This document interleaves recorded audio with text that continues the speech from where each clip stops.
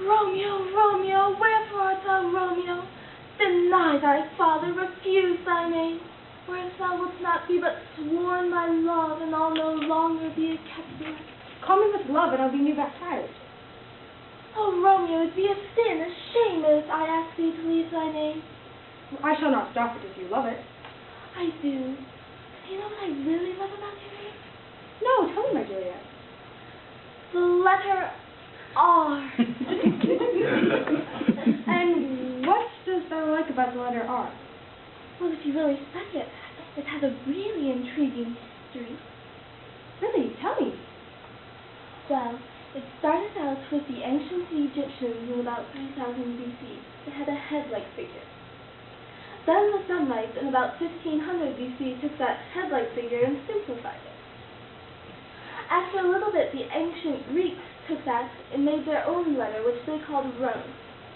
And finally, after centuries of hard work, the Romans made our modern-day letter R. But Juliet, you have forgotten a very important step in the history of this letter. The Phoenicians. In 1000 BC, they simplified the head. Sorry about that. My computer's starting to glitch. Keep going, Isa. And simplified it into more of a geometric shape. Therefore, it can become the Greek letter Rho. Wow, that is all very interesting. And the usages of the letter R are very interesting if you study them too. Really, keep speaking, tell me more. The pronunciation of the letter R, in some dialects of languages, they trill the letter R. Okay, like... Most people can do it, but not you, apparently. It would be Romeo, Romeo. Or in some dialects, even of our own English language, they omit the R. Okay, I got this one. Omeo, Omeo, wherefore art thou Omeo?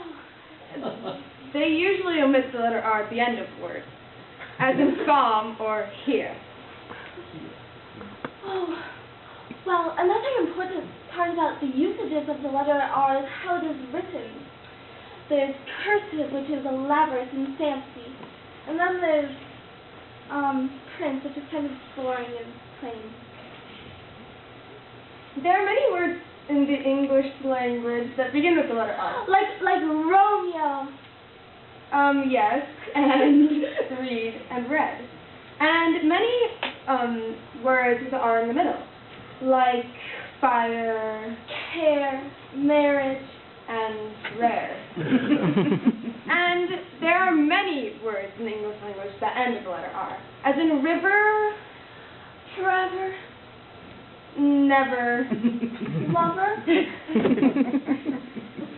And did you know, Juliet, that the letter R is used 5.987% of the time in English, to be precise.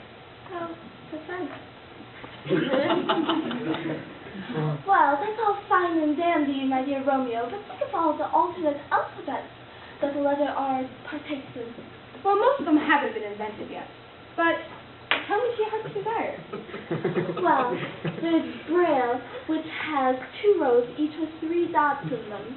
For the letter R, there is 3 raised dots to the left and 1 in the middle of the right column. There's also Morse code, which is made of dots and dashes, or dips and dots. To make up the letter R in Morse code, you put dot, dash, dot. There's also the flag code, which was used by sailors. Each flag has its own word or phrase. The word for this particular flag is Romeo. How coincidental.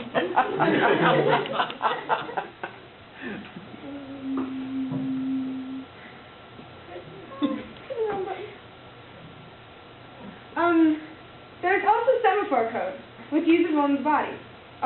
If one would use semaphore, they would hold a flag in each hand, the flags being square with a diagonal stripe across the middle, and red on one side and yellow on the other. To make the letter R with semaphore code, you put your hands out, or arms out straight. There's also the manual code, or sign language. To make the letter R in sign language, you put your pinky and ring finger down, cross your thumb over, and crisscross your thumb, or your middle finger and pointer.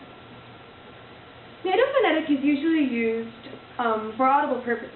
Therefore, each letter of the alphabet has a corresponding word to it.